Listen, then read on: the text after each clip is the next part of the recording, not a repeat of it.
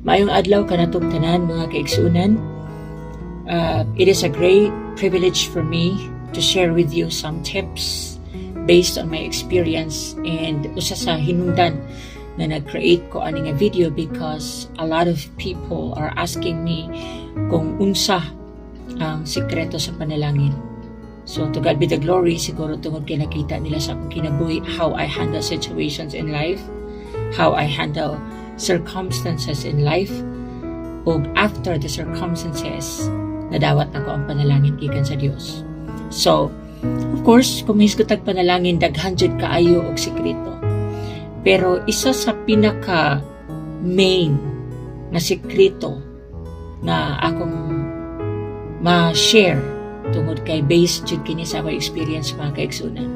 I am pretty sure that you're gonna agree with me na daghan na karon ang nagapanudlo, daghan na karon ang naga-share sa pulong sa Dios, daghan na ang naghatag og counseling programs to help every individual na makabot nila ang ilang mga pangandoy sa kinabuhi, mga desires sa kinabuhi.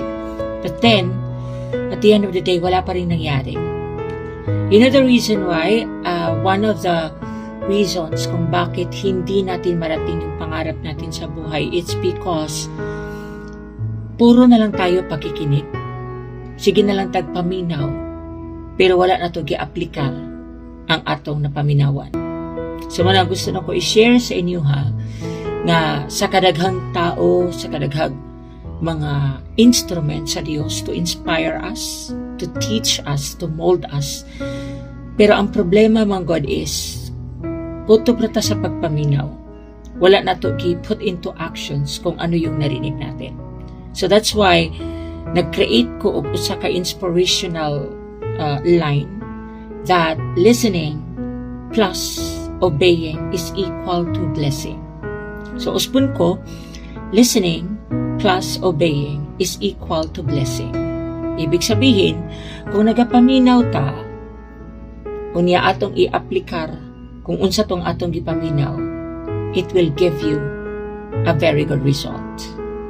So, gaya ng sinabi ko kanina, useless sa usa ka tao na nagapaminaw ka sa mga nindot nga mga butang, mga inspirational na mga butang na makapatabang sa pagpauswag sa atong kinabuhi.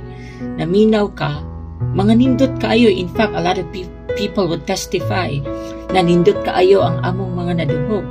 Yes, nindot, but the problem is, or the question is, did you apply?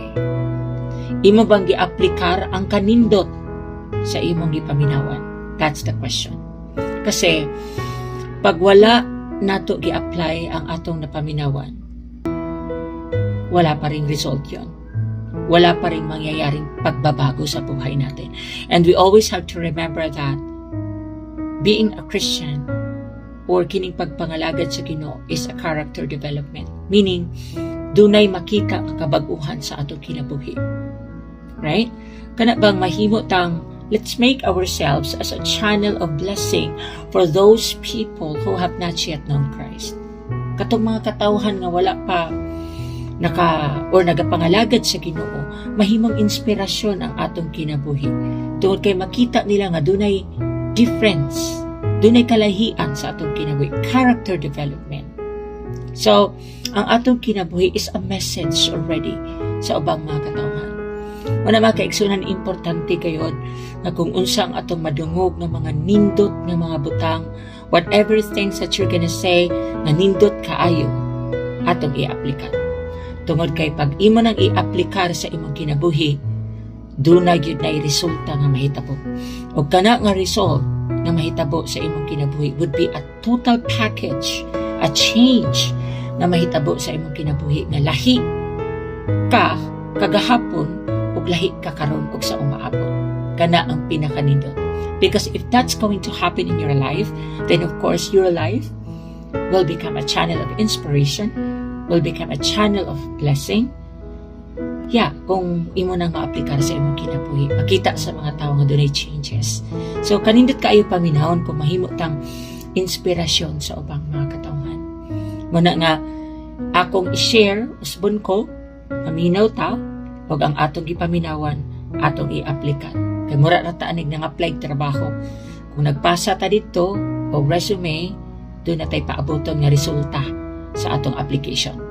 So, sa pagpangalagad sa Ginoo sa atong kinabuhi, kung atong i-aplikar ang mga nindot nga mga pagpanudlo sa mga instrumento sa Dios, doon na ginay makita nga changes, result sa atong kinabuhi kung kini nga mga butang atong i-aplikar. Okay?